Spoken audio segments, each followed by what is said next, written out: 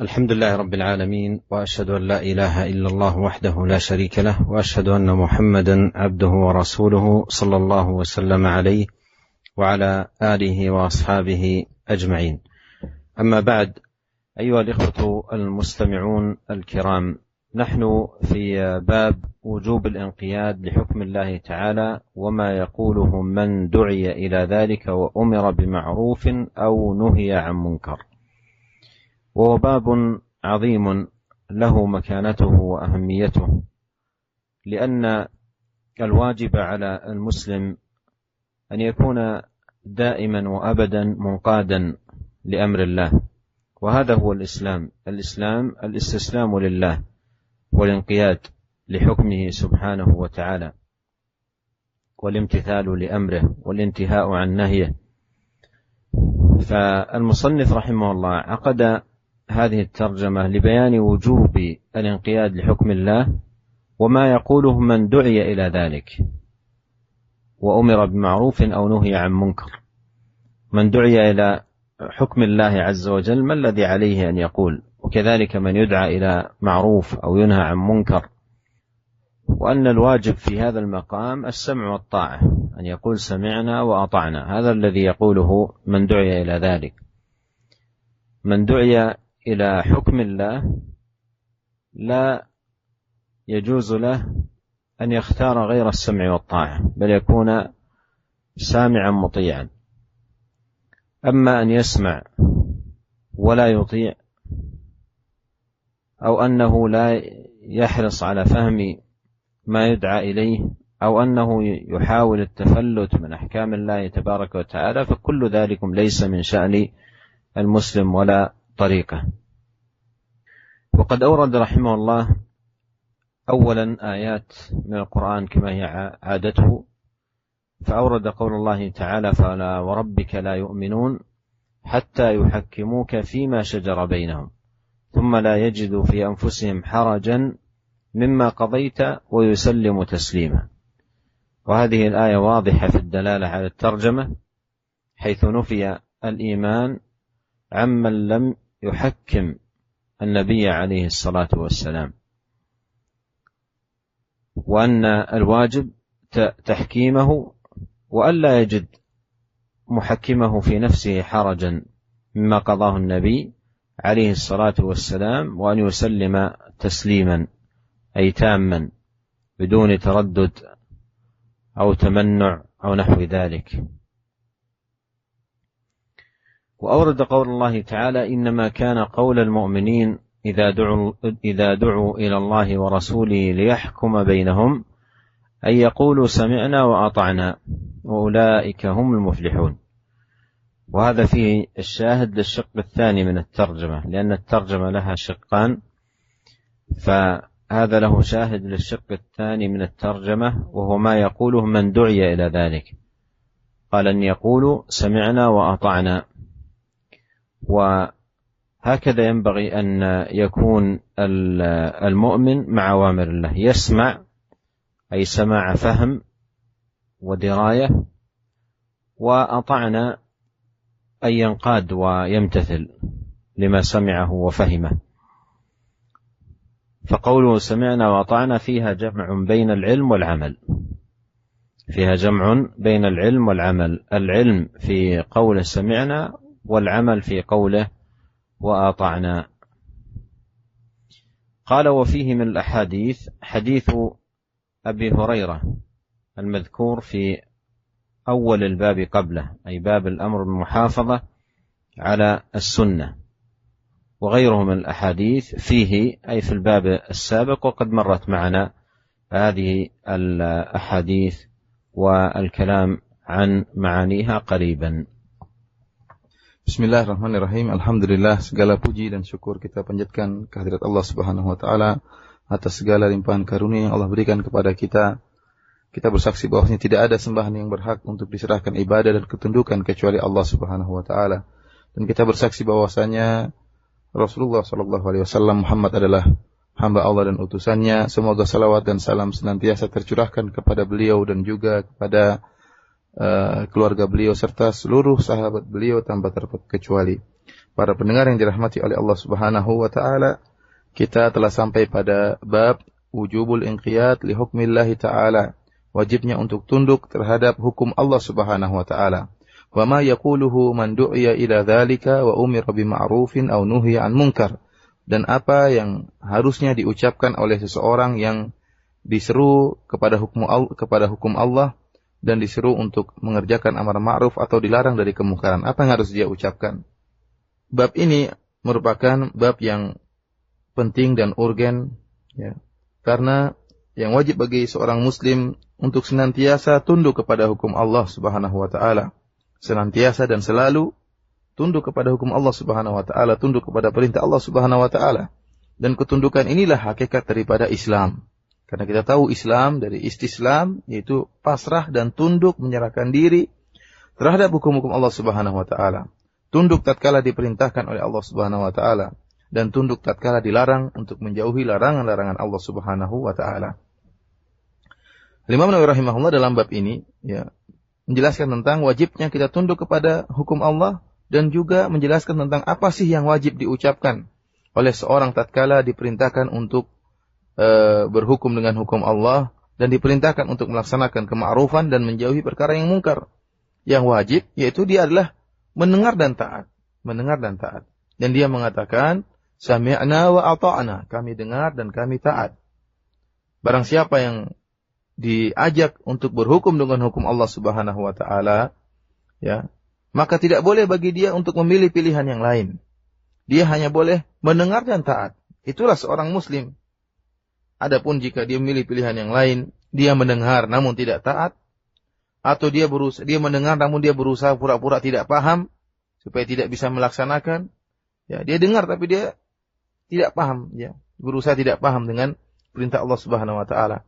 Atau dia sudah mendengar dan dia sudah mulai taat akan tapi dia berusaha meninggalkan ketaatan tersebut berlepas dari perintah-perintah Allah Subhanahu wa taala, maka ini bukanlah sikap seorang muslim. Al-Imam Nawawi rahimahullah sebagaimana kebiasaan beliau dalam setiap bab, beliau membawakan pertama kali ayat-ayat dari Al-Quran, kemudian baru membawakan hadis-hadis Rasulullah sallallahu alaihi wasallam. Adapun ayat pertama yang beliau bawa yaitu firman Allah Subhanahu wa taala dalam surat An-Nisa ayat 65, di mana Allah Subhanahu wa taala berfirman, "Fala wa rabbika la yu'minuna hatta yuhakkimuka fi ma shajara bainahum, thumma la yajidu fi anfusihim harajan mimma qadaita wa yusallimu taslima." Demi Rabb engkau, sungguhnya mereka tidak beriman sampai mereka menjadikan engkau sebagai hakim atas perkara yang mereka perselisihkan di antara mereka. Kemudian mereka tidak mendapati dalam diri mereka keberatan terhadap apa yang engkau putuskan. Dan mereka menerima dengan penuh penerimaan terhadap keputusanmu. Para pendengar yang dirahmati oleh Allah Subhanahu wa taala, ayat ini sangat jelas, sangat wadihah. Menjelaskan tentang judul bab yang sedang kita bahas kali ini.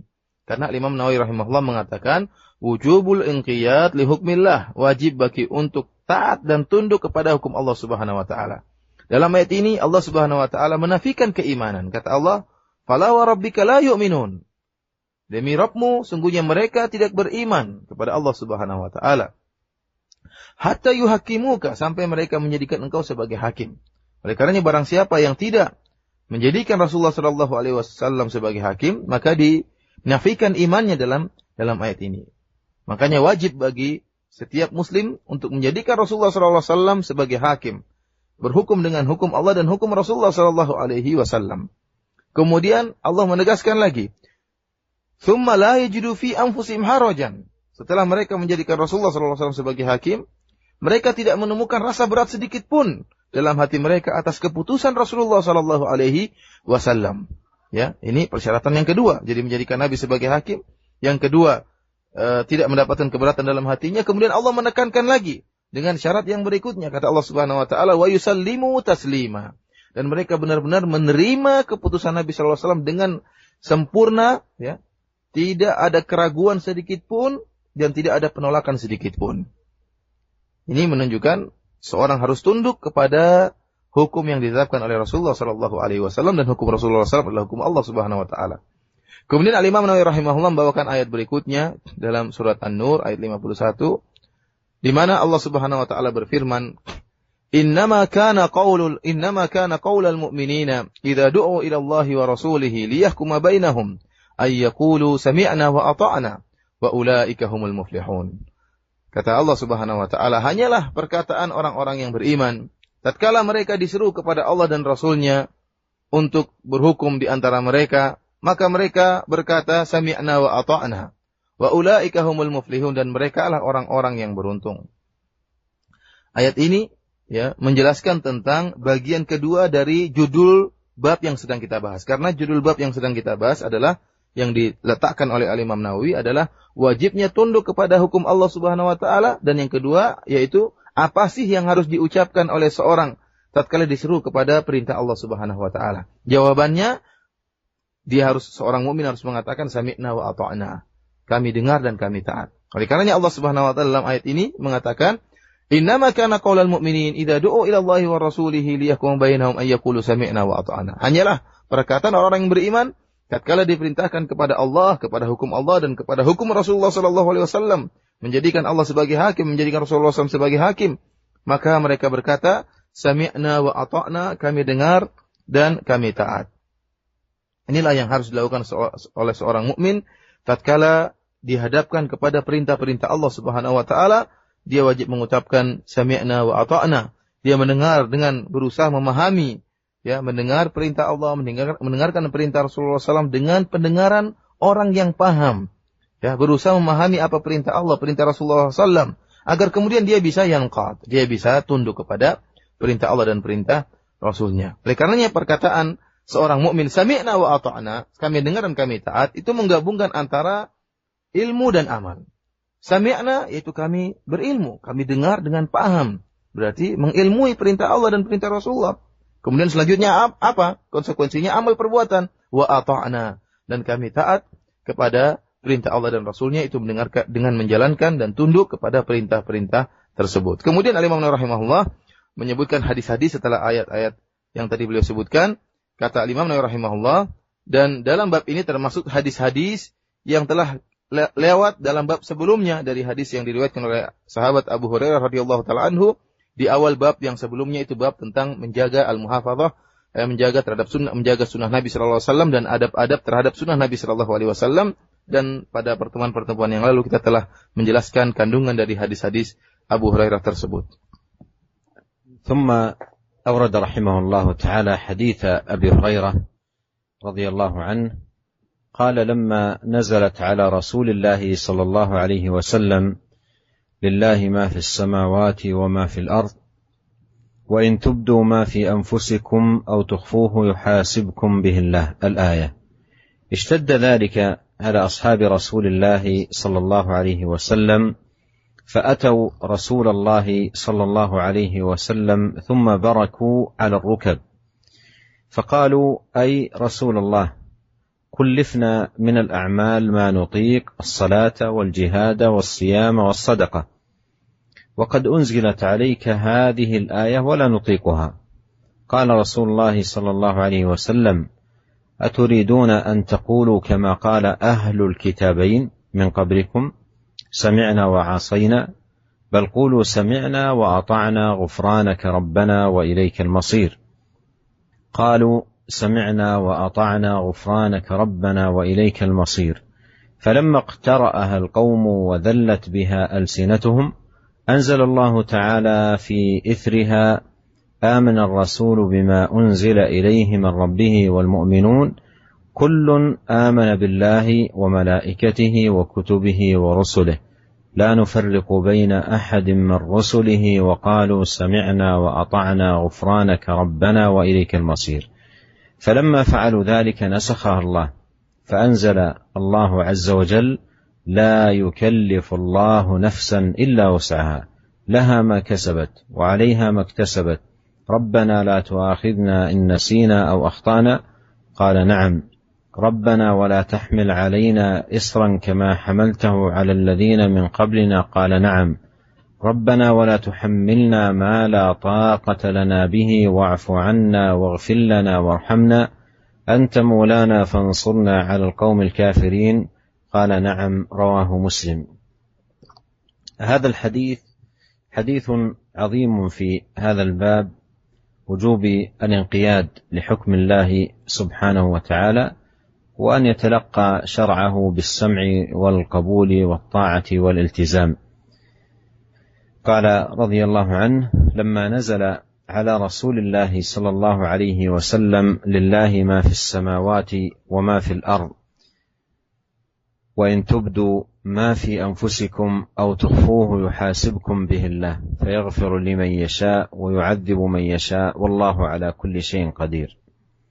وهذا فيه إخبار أن لله عز وجل ملك السماوات والأرض وجميع المخلوقات، وهو الرزاق المتصرف الذي بيده أزمة الأمور، فيغفر لمن يشاء، وهو تبارك وتعالى على كل شيء قدير لا يعجزه شيء. ويقول رضي الله عنه وأرضاه: لما نزلت هذه الآية اشتد ذلك على أصحاب رسول الله صلى الله عليه وسلم، فأتوا رسول الله صلى الله وسلم عليه ثم بركوا على الركب فقالوا: أي رسول الله، كلفنا من الأعمال ما نطيق، الصلاة والجهاد والصيام والصدقة، وقد أنزلت عليك هذه الآية ولا نطيقها، أي قوله: وإن تبدوا ما في أنفسكم أو تخفوه يحاسبكم به الله، أي أنها فيها المحاسبة على حديث النفس، فيها المحاسبة على حديث النفس. فهذا الذي فهموه من الآية، فشق ذلك الأمر على المسلمين حينما توقعوا وتوهموا أن ما يقع في القلب من الأمور اللازمة أو العارضة وغيرها أنهم مؤاخذون به، فأخبروا النبي عليه الصلاة والسلام بأن هذا شيء لا يطيقه الإنسان، كلفنا من الأعمال ما لا نطيق. فقال الرسول عليه الصلاة والسلام: أتريدون أن تقولوا كما قال أهل الكتابين من قبلكم سمعنا وأطعنا؟ أي هذه كانت حال اليهود والنصارى فيما يأمرهم الله سبحانه وتعالى به، يقولون سمعنا وعصينا، لا يستجيبون ولا ينقادون. قال: أتريدون أن تكونوا كما قال أهل الكتابين من قبلكم سمعنا وعصينا؟ بل قولوا سمعنا وأطعنا غفرانك ربنا وإليك المصير. وقوله غفرانك أي اغفر لنا يا ربنا، لأن من يسمع ويطيع لا بد أن يقع في شيء من القصور، فناسب ذكر المغفرة. وقوله وإليك المصير أي المرجع إليك يا الله. فالصحابة مباشرة أعلنوا انقيادهم وطاعتهم واستسلامهم، فقالوا سمعنا وأطعنا غفرانك ربنا وإليك المصير. فلما اقترأها القوم وذلت بها ألسنتهم، اقترأها أي قرأوها، وذلت انقادت بالاستسلام والطاعية والامتثال، أنزل الله في إثرها: آمن الرسول بما أنزل إليه من ربه والمؤمنون كل آمن بالله وملائكته وكتبه ورسله لا نفرق بين أحد من رسله وقالوا سمعنا وأطعنا غفرانك ربنا وإليك المصير. وهذا فيه أن الرسول عليه الصلاة والسلام وأتباعه المؤمنون به كلهم آمنوا وانقادوا وأطاعوا وامتثلوا وحققوا أصول الإيمان العظيمة من الإيمان بالله والإيمان بالملائكة والإيمان بالكتب والإيمان بالرسل والإيمان باليوم الآخر، وهذه أصول الإيمان التي عليها قيامه.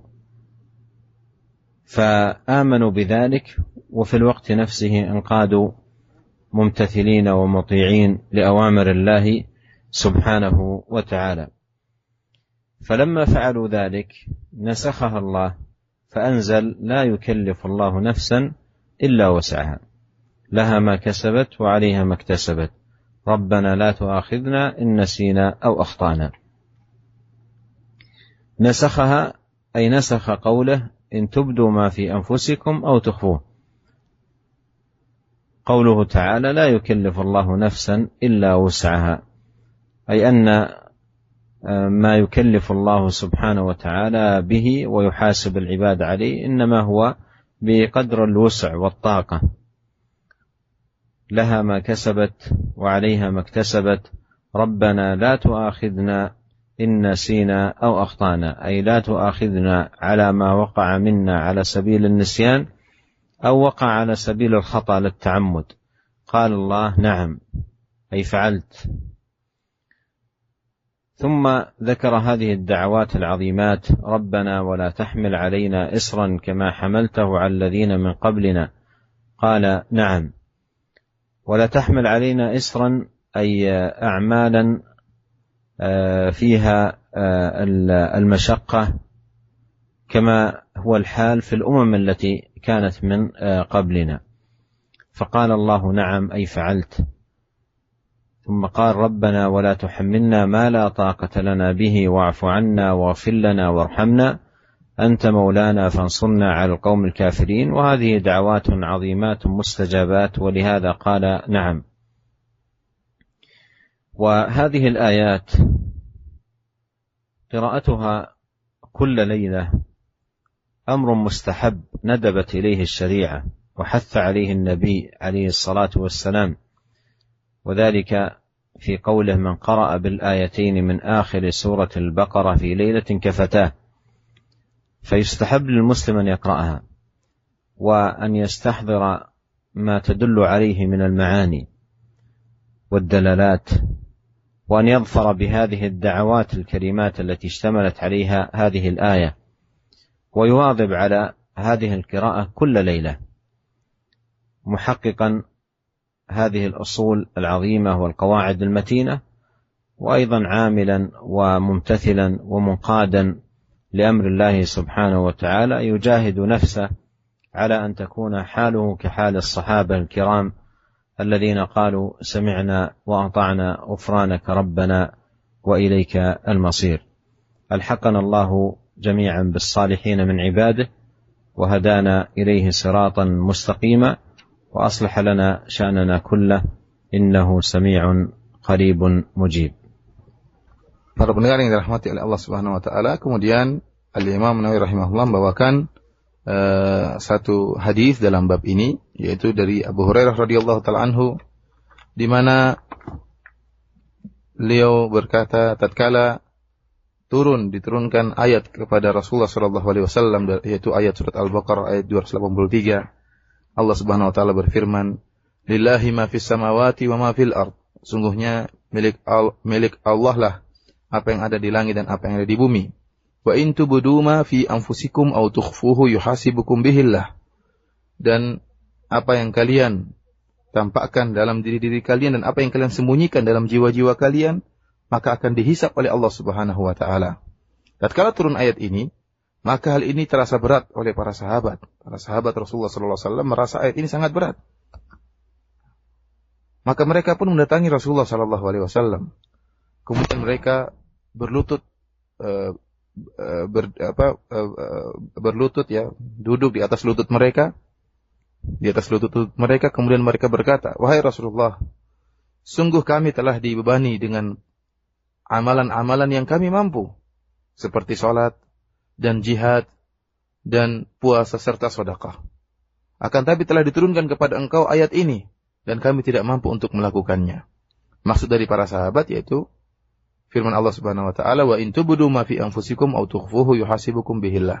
Apa yang kalian tampakkan dan apa yang kalian sembunyikan dalam diri kalian pun akan dihisab oleh Allah Subhanahu wa taala. Maka Rasulullah sallallahu alaihi wasallam berkata, "Aturiduna an taqulu kama qala ahlul kitabain min qablikum sami'na wa ata'na?" Apakah kalian ingin berkata, wahai para sahabatku, kalian ingin berkata sebagaimana perkataan yang diucapkan oleh umat-umat sebelum kalian yang telah diberikan Injil dan Taurat, yaitu orang Yahudi dan Nasrani? Mereka mengatakan, "Sami'na wa ata'na," kami dengar dan kami bermaksiat, kami tidak taat.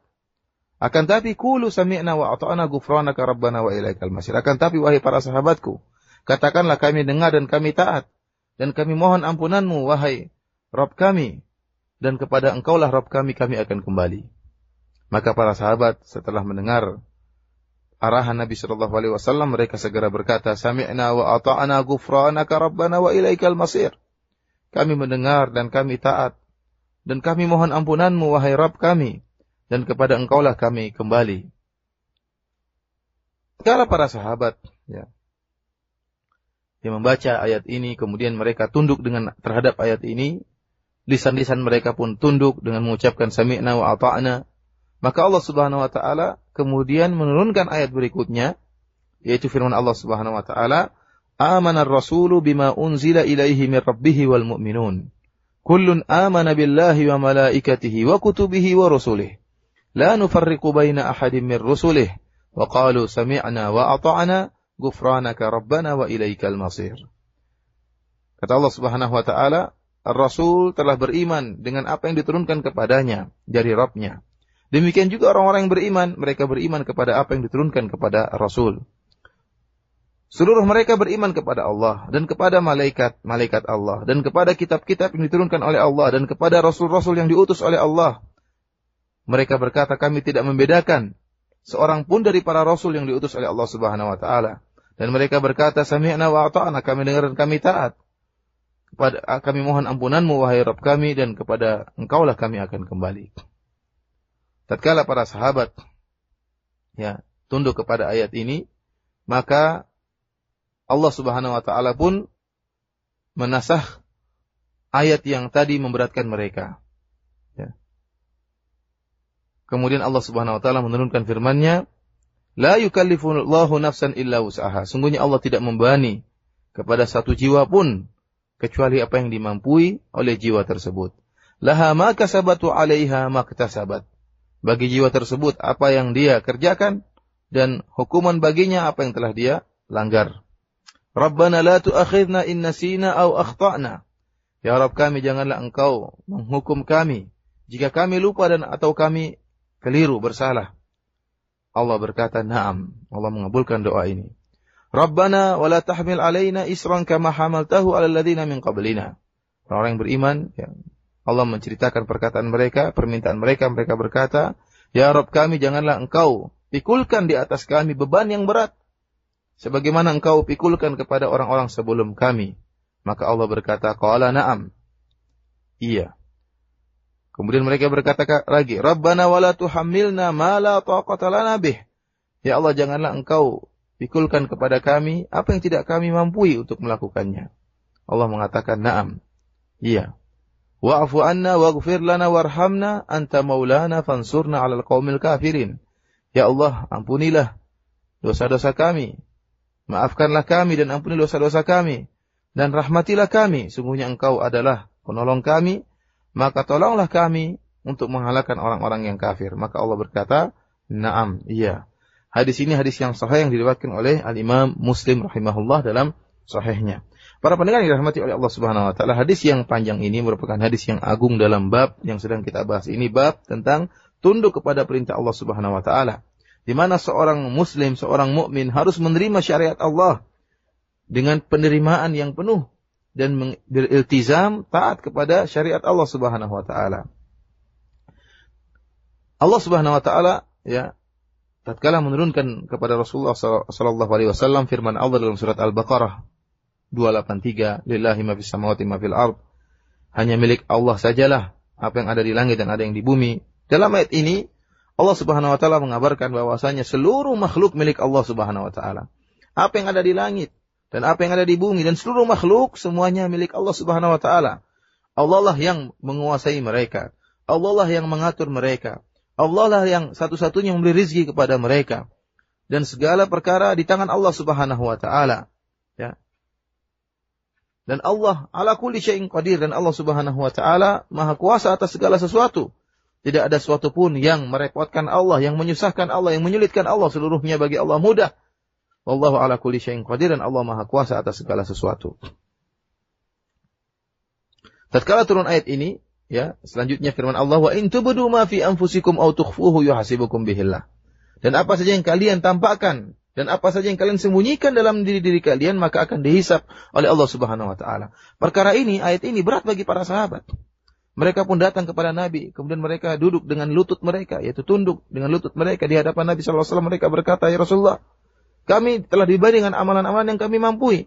Salat kami mampu, jihad kami mampu, puasa kami mampu, sedekah kami mampu. Akan tapi sekarang turun ayat yang terasa sangat berat bagi kami, di mana Allah Subhanahu wa taala akan menghisab bukan saja yang kami tampakkan, akan tapi apa yang terbetik dalam hati-hati kami juga akan dihisab oleh Allah Subhanahu wa taala."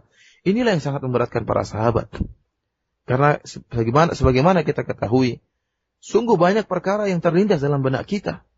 Ya, banyak sekali perkara yang terlintas dalam benak kita yang mungkin berupa kemaksiatan, berupa kemunafikan, berupa kufuran, banyak sekali yang terlintas dalam benak kita.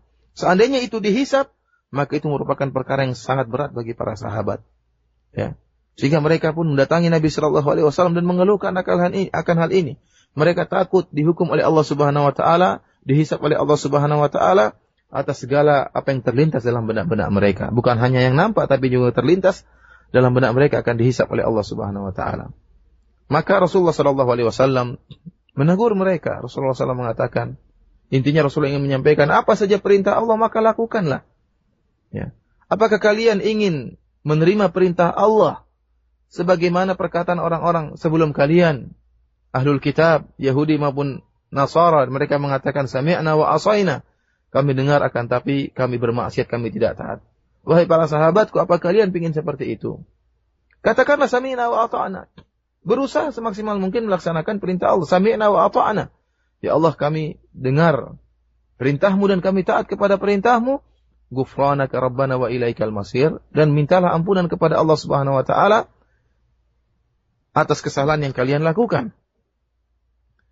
Maka para sahabat, ya, para sahabat radhiyallahu taala anhum langsung mendengar pengarahan, setelah mendengar pengarahan Nabi sallallahu alaihi wasallam, maka mereka langsung taat kepada perintah Nabi sallallahu alaihi wasallam. Mereka langsung berkata, "Sami'na wa ata'na ghufranaka rabbana wa ilaikal masir." Ya Allah, kami dengar perintahmu ya Allah, dan kami taat kepada perintahmu ya Allah, dan mohonlah ampunilah kami ya Allah. Sungguhnya kami akan kembali kepada Engkau ya Allah. Hanya kepada Engkau lah kami kembali. Rasulullah SAW merintahkan para sahabat untuk mengatakan ghufrana, keampunanmu ya Allah. Karena barang siapa yang mendengar perintah Allah, kemudian menjalankan taat kepada perintah Allah Subhanahu wa taala, dia pasti melakukan kesalahan dalam menjalankan perintah Allah. Dia pasti melakukan kekurangan, tidak sempurna dalam menjalankan perintah Allah Subhanahu wa taala. Oleh karenanya pantas bagi seorang muslim untuk meminta ampunan Allah Subhanahu wa taala.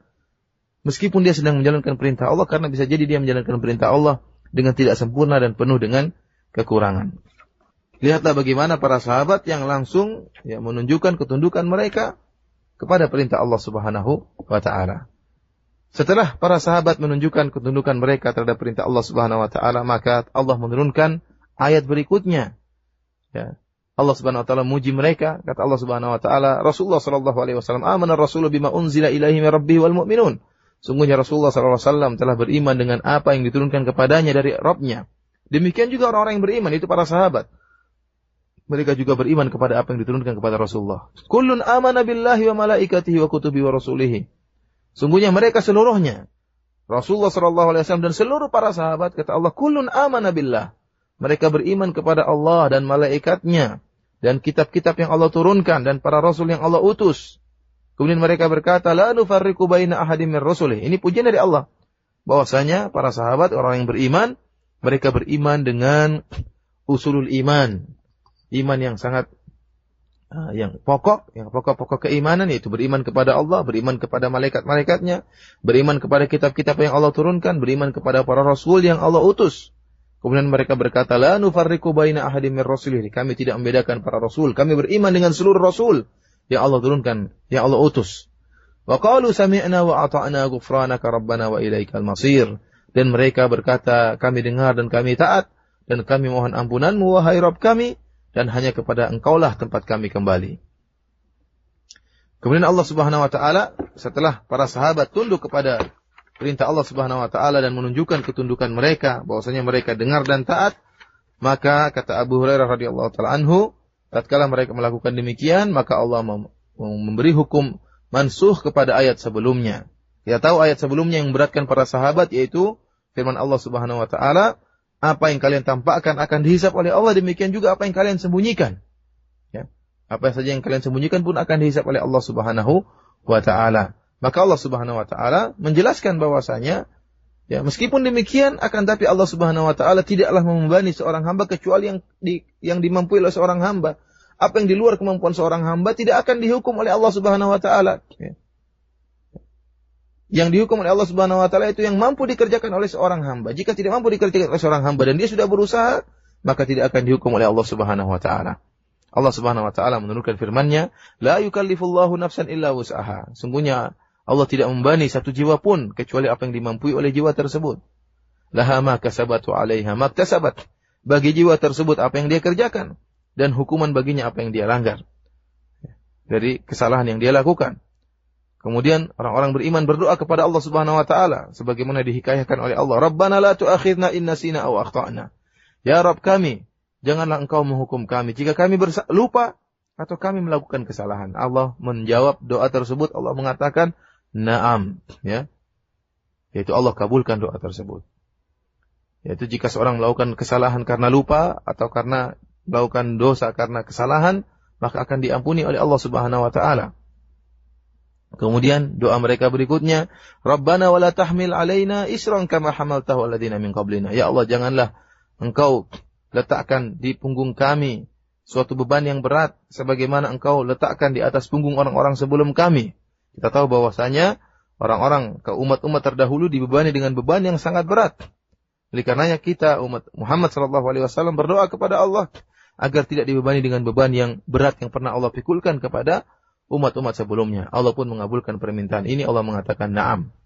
Ya. Kemudian mereka berdoa lagi, "Rabbana la tuhammilna ma la taqata lana bih." Ya Allah, janganlah Kau bebankan kepada kami apa yang tidak kami mampu. Allah mengabulkan doa ini dan Allah mengatakan na'am. Iya.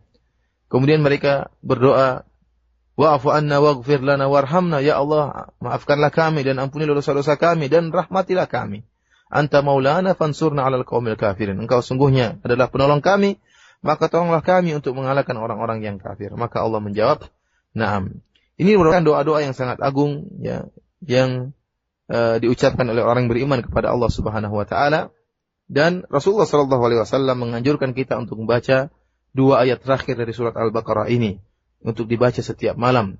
Hukumnya sunnah ya, barang siapa yang baca dua ayat ini ya, yaitu dua ayat dari akhir surat Al-Baqarah setiap malamnya, kata Nabi sallallahu alaihi wasallam, kafatah, maka dua ayat ini akan mencukupkan bagi dia, yaitu akan dengan sebab dua ayat ini maka Allah akan menjaga orang yang baca dua ayat ini.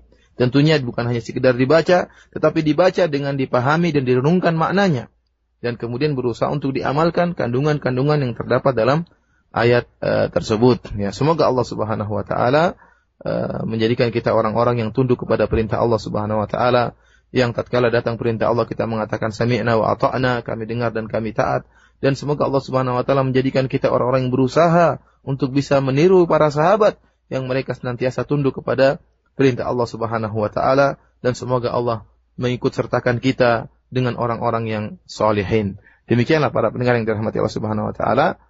Selanjutnya kalau ada yang bertanya kami persilakan. Jazakallah khairan Fadilatul Syekh atas muhadharah atau darsi yang disampaikan, juga untuk Al-Ustaz Abu Abdul Muhsin Firanda yang telah menerjemahkan.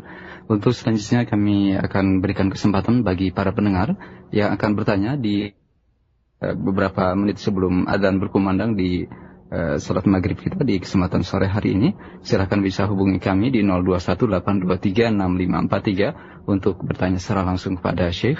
Dan kami sapa untuk yang pertama. Halo, Assalamualaikum. Waalaikumsalam warahmatullahi wabarakatuh. Silakan Bapak, dari mana? Abu Sofwan, Jakarta. Iya Bapak, silakan Pak Abu Sofwan. Di surat Al-Baqarah 284, di sini Allah mengatakan jika kamu menyatakan apa yang ada dalam hatimu atau kamu sembunyikan, di sini sahabat menyatakan keberatan. Apakah ini karena kejujuran sahabat itu merasakan keberatan ini? Jazakallahu khairan. Assalamualaikum warahmatullahi wabarakatuh. Nah, waalaikumsalam warahmatullahi wabarakatuh. Terima kasih Pak Abu Sofwan. Silakan Ustaz. هذا يدل على شدة حرص الصحابة رضي الله عنهم على العمل بأوامر الله ومتانة دينهم وقوة تمسكهم، ولهذا جاءوا للنبي عليه الصلاة والسلام مخبرين بذلك. فهذا الذي جاءوا به ليس رغبة في ترك العمل، وإنما حرص على العمل والعناية به. فلا شك أن الآية تدل على متانة إيمانهم وقوة دينهم وشدة تمسكهم بأوامر الله. Saya menjelaskan bahwasanya justru tatkala para sahabat datang menunjukkan beratnya mereka menghadapi ayat ini, justru menunjukkan akan semangat para sahabat untuk menjalankan segala perintah Allah Subhanahu wa taala dan menunjukkan akan kuatnya agama mereka. Oleh karenanya mereka pun datang menemui Nabi menjelaskan bahwasanya sulit menjalankan ayat ini. Artinya seluruh perintah-perintah Allah mereka bisa melakukan. Yang ini berat ya. Menunjukkan semangat mereka untuk bisa menjalankan ayat ini, akan tapi mereka merasa berat dalam menjalankannya. Oleh karenanya mereka datang menemui Nabi bukan dalam rangka untuk meninggalkan amalan, tapi ingin mengerjakan, ingin mencari solusi dari Nabi Shallallahu Alaihi Wasallam dan perhatian mereka terhadap segala perintah Allah Subhanahu Wa Taala, dan ini menunjukkan semangat mereka untuk menjalankan segala perintah Allah dan menunjukkan kuatnya iman mereka. Jazakallah khairan ya Syekh. Untuk selanjutnya kami masih angkat pertanyaan dari telepon. Untuk yang kedua kami coba sapa. Halo, assalamualaikum. Assalamualaikum warahmatullahi wabarakatuh. Waalaikumsalam warahmatullahi wabarakatuh. Silakan Bapak, dari mana Pak? Saya dari Sukabumi, Pak Jailani. Pak Jailani di Sukabumi, silakan Bapak. Ayat yang tadi surat Al-Baqarah 22 ayat berapa tadi? Walillahi ma fis samawati wal ardi itu ya. Saya biasakan baca setelah salat maghrib dan subuh. Bagaimana itu sesuai dengan ya, Pak. Baik. Saja Pak. Terima kasih. Assalamualaikum warahmatullahi wabarakatuh. Waalaikumsalam warahmatullahi wabarakatuh. Silakan. ورد قراءتهما كل ليلة. من قرأ بالآيتين من آخر سورة البقرة في ليلة كفتاه. والحديث الوارد في هذا الباب مختص بالليل. بعض أهل العلم استحب أيضا ذلك في الصباح التماسا لهذا الفضل الذي هو الكفاية في اليوم، كما تكون أيضا الكفاية في الليل، لكن الحديث إنما هو في المساء أو في الليل. Saya menjelaskan bahwasanya hadis yang menjelaskan tentang hadis ini mengkhususkan tentang pembacaan ayat tersebut di malam hari. Yaitu Nabi SAW mengatakan barang siapa yang baca 2 ayat terakhir di surat Al-Baqarah pada suatu malam, maka kafatah, maka Allah akan menjaga orang yang baca tersebut di malam hari tersebut. Sebagian ahlul ilmi, sebagian ulama memang ada di antara mereka yang menyunahkan untuk dibaca juga 2 ayat ini tatkala di pagi hari, karena mereka berharap sebagaimana Allah menjaga hamba yang membaca 2 ayat ini di malam hari, maka jika dibaca di pagi hari, Allah akan menjaga dia pun di pagi hari. Bukan cuma di malam hari, tapi juga di pagi hari. Akan tapi, Syekh mengatakan hadis yang datang dalam masalah 2 ayat ini hanya menjelaskan tentang membacanya di malam hari. Ya. Jadi, kalau ba'dal maghrib termasuk sudah malam. Ya. Adapun ba'da subuh berarti sudah siang hari. Adapun hadis hanya menjelaskan membaca di malam hari saja. Baik, jazakallah khairan ya Syekh. Untuk selanjutnya kami angkat pertanyaan terakhir. Ada pendengar kita Pak Irawan di Bogor yang bertanya, ya Syekh, apakah setiap mukmin mampu untuk menjadi orang yang bertakwa? Lalu tingkat ketakwaan seperti apakah yang harus dicapai oleh seorang muslim? Terima kasih, jazakallah khairan ya Syekh. هذا ميدان تنافس، وفي الحديث إن أكرمكم عند الله أتقاكم، في الآية الكريمة إن أكرمكم عند الله أتقاكم. وسئل عليه الصلاة والسلام في الحديث من الأكرم؟ قال الأتقى لله. فهذا ميدان للتنافس، وأتقاكم هذا أفعل تفضيل يدل على التفاوت بين الناس في التقوى. وتقوى الله هي العمل بطاعة الله على نور من الله رجاء ثواب الله، وترك لمعصية الله على نور من الله خيفة عذاب الله. فهذا ميدان منافسة وفي ذلك فليتنافس المتنافسون. Syekh menjelaskan bahwasanya ketakwaan merupakan tempat kita berlomba-lomba untuk mencapai tingkat ketakwaan yang tertinggi. Allah Subhanahu wa taala berfirman dalam Al-Qur'an, "Inna akramakum 'indallahi atqakum." Sungguhnya yang paling mulia di antara kalian di sisi Allah Subhanahu wa taala adalah yang paling bertakwa di antara kalian. Tatkala Nabi sallallahu alaihi wasallam ditanya tentang siapakah yang paling mulia, kata Nabi sallallahu alaihi wasallam, atqa, yang paling bertakwa. Ini menunjukkan bahwasanya Rasulullah SAW dan juga Allah mengatakan atqakum, yang paling bertakwa, menunjukkan ada dalam bahasa Arab dinamakan dengan isim tafdil, yang menunjukkan ada tingkatan-tingkatan yang lebih bertakwa. Yang lebih bertakwa yang paling mulia di sisi Allah Subhanahu wa taala. Yang ini memberi motivasi kepada kita untuk semakin bertakwa dan meningkatkan ketakwaan kita, karena semakin tinggi ketakwaan kita, maka semakin mulia kita di sisi Allah Subhanahu wa taala. Dan takwa sebagaimana definisi yang disebut oleh para ulama, yaitu menjalankan perintah Allah Subhanahu wa taala di atas cahaya dari Allah Subhanahu wa taala, ya, karena mengharapkan ganjaran dari Allah Subhanahu wa taala, dan meninggalkan larangan Allah Subhanahu wa taala di atas petunjuk dari Allah Subhanahu wa taala karena takut dari azab Allah Subhanahu wa taala. Barang siapa yang mengerjakan hal ini, semakin menjalankan perintah Allah, semakin jauh dari larangan Allah, maka tingkat ketakwaannya semakin tinggi.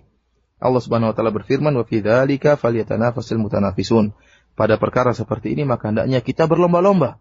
Kita berlomba-lomba untuk semakin meninggikan ketakwaan kita, menunjukkan bahwasanya kaum mukminin mereka juga ada yang bertakwa, akan tapi tingkatan takwa berbeda-beda.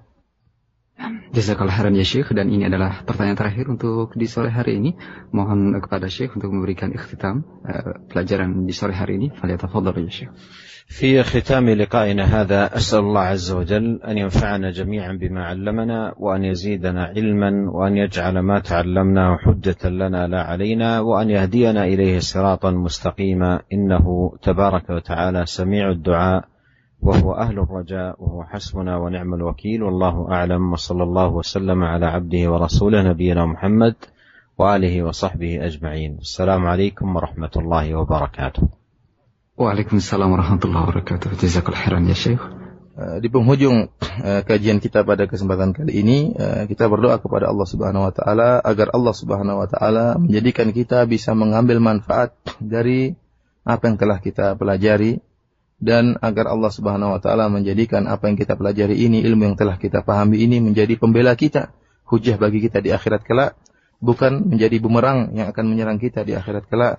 Dan semoga Allah Subhanahu wa taala senantiasa memberikan petunjuknya kepada kita menuju Shiratal Mustaqim, jalan yang lurus yang menuju surga Allah Subhanahu wa taala. Demikian saja para pendengar yang dirahmati oleh Allah Subhanahu wa taala, pengajian kita pada kesempatan kali ini. Wabillahi taufiq wal hidayah. Assalamualaikum warahmatullahi wabarakatuh.